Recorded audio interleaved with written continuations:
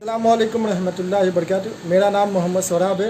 میرا ایک سوال ہے، ایک بیٹی کے اپنے باپ کے جائیداد میں کتنا حصہ ہے؟ بڑے مہربانی ہوگی آپ بتائیں۔ السلام علیکم ورحمۃ اللہ۔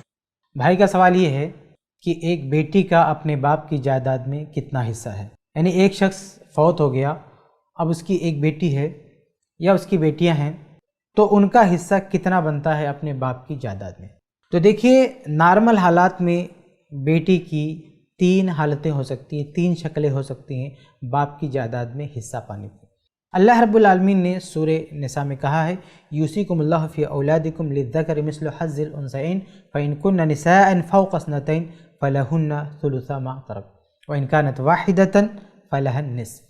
اللہ فرماتا ہے کہ اللہ رب العالمین تمہاری اولاد کے بارے میں یہ حکم بتاتا ہے کہ اگر تمہاری اولاد میں بیٹا بیٹی دونوں ہیں تو تمہارے مرنے کے بعد ان کا حصہ اس طرح ہوگا کہ جو لڑکے کو ملے گا وہ ڈبل ہوگا بنسبت اس حصے کے جو لڑکی کو ملے گا۔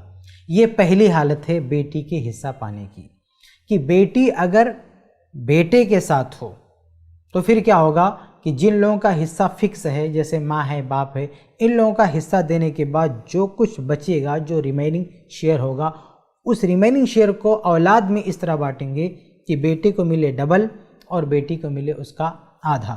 مثال کے طور پر کسی کے ایک بیٹا اور ایک بیٹی ہے، تو جو اصحاب الفرائض ہیں، جن کا حصہ فکس ہے، جیسے ماں باپ ہے یا بیوی ہے، ان کا حصہ نکالنے کے بعد جو بچتا ہے اس کا ہم 3 حصہ کر دیں گے، چونکہ ایک بیٹا ہے اور ایک بیٹی، اس لیے 3 حصہ کریں گے، 2 حصہ بیٹے کو اور 1 حصہ بیٹی کو۔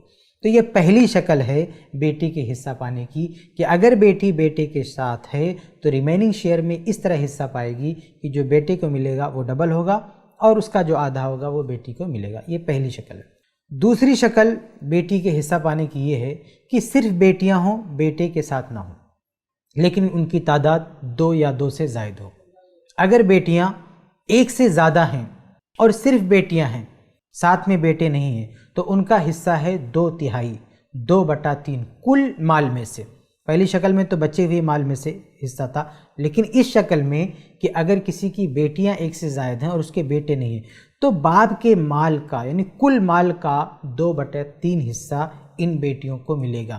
اللہ نے قرآن میں کہا فَإِن كُنَّ نِسَاءً فَوْقَ اثْنَتَيْنِ فَلَهُنَّ ثُلُثَ مَا تَرَكَ۔ اس آیت کا مطلب ہے کہ بیٹیاں 2 ہوں یا 2 سے زیادہ ہوں تو ان کو ثلث ما ترک یعنی ترکے کا 2/3 حصہ ملے گا۔ ایک حدیث بھی ہے اللہ کے نبی صلی اللہ علیہ وسلم کی کہ اس میں اللہ کے نبی صلی اللہ علیہ وسلم نے 1 سے زائد بیٹیوں کو 2/3 حصہ دلایا ہے۔ 2 بیٹیاں تھیں، ان کو 2/3 حصہ دلایا ہے۔ مثال کے طور پر باپ کے پاس اگر 3 کروڑ کی جائیداد ہے تو 2 کروڑ بیٹیوں کو ملے گا اور باقی 1 کروڑ دوسرے جو اسبہ وغیرہ ہوں گے ان کو ملے گا۔ تیسری شکل بیٹی کے حصہ پانے کی یہ ہے کہ بیٹی تنہا ہو، اکلوتی بیٹی ہو، صرف بیٹی ہو، بیٹا نہ ہو اور کوئی دوسری اور بیٹی بھی نہ ہو، یعنی ایک شخص کی صرف اکلوتی بیٹی ہے، کوئی بیٹا نہیں ہے اور دوسری بیٹی بھی نہیں ہے، تو اس کیس میں بیٹی کا جو حصہ ہوگا وہ باپ کے کل مال کا آدھا ہوگا۔ اللہ نے کہا قرآن میں وَإِن كَانَتْ وَاحِدَةً فَلَهَا النِّصْفُ، کہ اگر کسی کی ایک بیٹی ہے، اکیلی بیٹی ہے، تو اس کا حصہ نصف ہے یعنی آدھا۔ یعنی اگر کسی مرنے والے کے پاس 2 کروڑ کی جائیداد ہے، 2 کروڑ ہے جائیداد جس کو بانٹنا ہے اس کے وارثین میں سے، تو 2 میں سے 1 کروڑ اس کی بیٹی لے گی اور باقی 1 کروڑ اس کے دوسرے جو رشتہ دار ہیں، اسبہ وغیرہ ہیں، ان کو جائے گا۔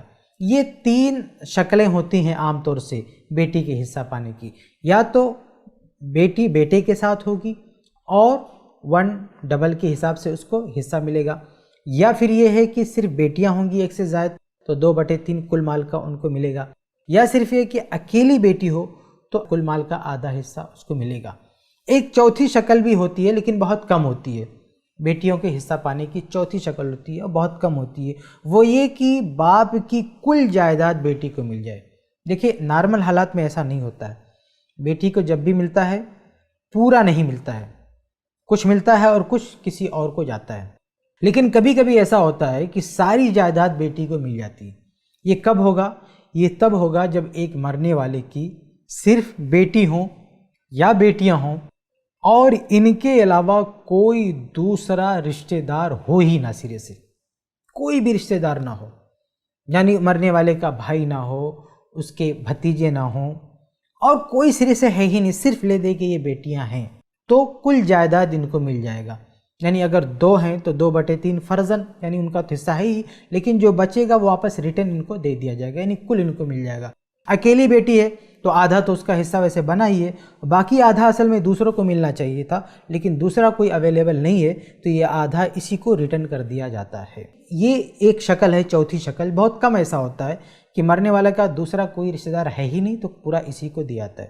اچھا، کبھی کبھی یہ بھی ہوتا ہے کہ مرنے والے کے دوسرے رشتہ دار ہوتے ہیں پھر بھی پورا مال بیٹی کو دے دیا جاتا ہے، وہ اس وجہ سے کہ دوسرے رشتہ دار کسی وجہ سے بلاک ہو جاتے ہیں، محروم ہو جاتے ہیں، محجوب ہو جاتے ہیں۔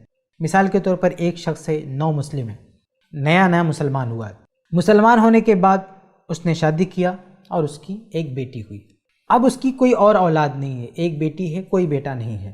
اب اس نے کروڑوں کی جائیداد چھوڑا ہے، تو کروڑوں کی یہ ساری جائیداد اس کی بیٹی کو دے دیا جائے گا، باقی کسی کو نہیں دیا جائے گا، کیونکہ یہ جو نو مسلم ہے اس کے باپ کو بھی جائیداد مل سکتی تھی، لیکن اس کا باپ غیر مسلم ہے، اس لیے بیٹی کو جو آدھا ملنا چاہیے تھا، آدھا جانا چاہیے تھا اس کے دوسرے رشتہ داروں کو، مثلا باپ کو جانا چاہیے۔